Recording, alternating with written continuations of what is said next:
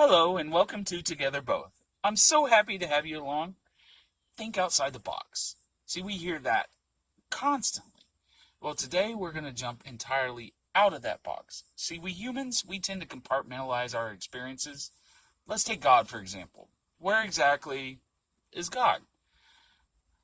Do we find him only in the walls of a church? Is he only available on Sundays from 9 to noon?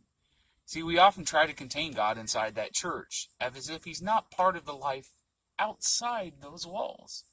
But my friends, let me tell you, my God is active and available 24/7. In Psalms 121, verse 4, we find this. Indeed, he who watches over Israel never slumbers or sleeps. He is always awake and ready to hear from you. And my God is way more involved in the world than most people may realize. In Colossians 1:17, the Bible states this about Jesus. He existed before anything else, and he holds all of creation together. Jesus is literally holding everything together. He has a constant active role over his creation. Well, that may be a new concept to some of you. But today, I'm going to challenge you in a way even different than that. See, when I was a teenager, I thought I had a problem with God. I was angry, and I thought, well, God, if you know everything that I'll do in this life before I do it, well, it's preordained. I don't really have a free will, do I? So, what's the point? Maybe you've wondered about that too. Well, let me tell you, my problem wasn't with God. I had a problem with shorting God. I tried to put him in that box. In his goodness, he helped me out of my limited thinking. See, I thought he had limits. No, he helped me out. And it all started with a radio program where I learned about this cool computer that knew every single move that could be made in the game of chess. No, I'm not just talking that, the queen can go anywhere. Yeah, I knew that already. But it knew every possible move that can occur for every move from the beginning of a game to the end of the game. So if the opponent moved his pawn here, the computer knew all the possible moves after that move until the end of the game. Checkmate.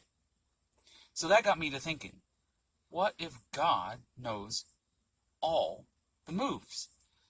I'm totally free to choose any option, and God knows what will happen regardless of what choice I make.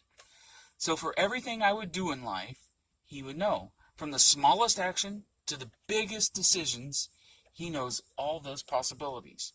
For everyone in the world, not just me, everyone. That's totally mind-blowing. Billions and billions of people, billions and billions of interactions, everything possible that can happen on this earth. And that challenged my thoughts on God, on how amazing he is. While my theories on God's knowledge of events may not be exactly how he operates, for truly, I'm human, I can't begin to comprehend his mind. In Isaiah 55, verse 8 through 9, it states, "For my thoughts are not your thoughts, neither are your ways my ways, declares the Lord. And the heavens are higher than any earth. So are my ways higher than your ways, and my thoughts your thoughts." But even if I can't comprehend his thought process, or even begin to know what he knows, I do know that God put the chess theory in front of me to help guide me, to help get me unstuck from that limited thinking that I had, to challenge my perception of who he is. It led me to a deeper search of what God knows. In Matthew 10, Jesus told his apostles, even the very numbers of hair on your head is known. That's amazing. He knows exactly how many hairs. Now, some of you, that may be a little easier, but he knows exactly how many hairs you have on your head. How much knowledge does God the Father have of us? He knows you on a deeply personal level, and he wants you to know him as well.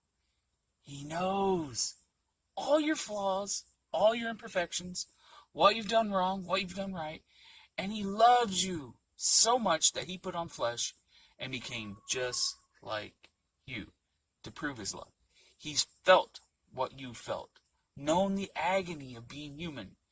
He loves. We are his, and he wants nothing but good for you. Jeremiah 29, verse 11 states, "For I know the plans I have for you, declares the Lord, plans to prosper you and not to harm you, plans to give you a hope and a future. God sees you, knows you, loves you, and knows what you can be, what you, with his guidance, can become. And that, my friends, is cause for celebration. So that's my challenge for you. Talk to the active God of our universe. Get out of the humdrum box of thinking and let God show you just how majestic and wonderful he is. May the Lord shine upon you, and may he richly bless you.